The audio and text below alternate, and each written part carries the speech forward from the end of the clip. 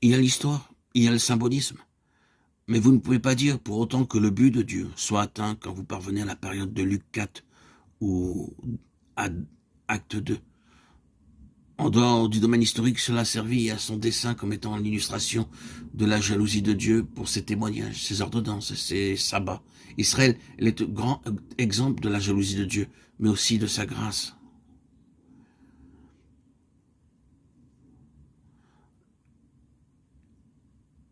En retournant à Ésaïe, nous pouvons nous souvenir que ces prophéties font allusion au retour d'Israël de la captivité, un peuple qui était prisonnier en captivité.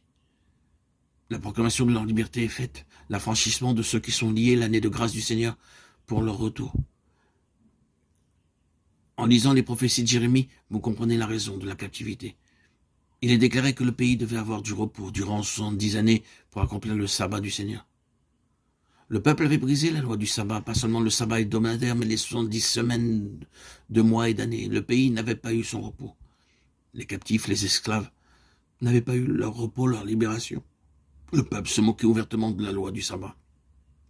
Ésaïe 58 dit qu'ils avaient tourné son jour saint en un jour férié pour en faire un jour pour leur propre plaisir. Ils brisaient la loi du sabbat. À cause de sa signification, cela ne pouvait pas être fait en toute impunité.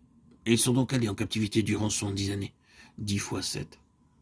10 est le nombre de la responsabilité, 7 est le nombre de l'accomplissement spirituel. Ils étaient tenus responsables devant Dieu pour cette affaire. Jérémie leur rappelle cela bon nombre de fois et sous la conduite du Seigneur, il leur a déclaré qu'ils devraient passer par ces 70 années de captivité. Après cette période, à la fin du livre des Chroniques, vous avez ces mots. La première année de Cyrus, roi de Perse, afin que s'accomplisse la parole de l'Éternel prononcée par la bouche de Jérémie. L'Éternel réveilla l'esprit de Cyrus,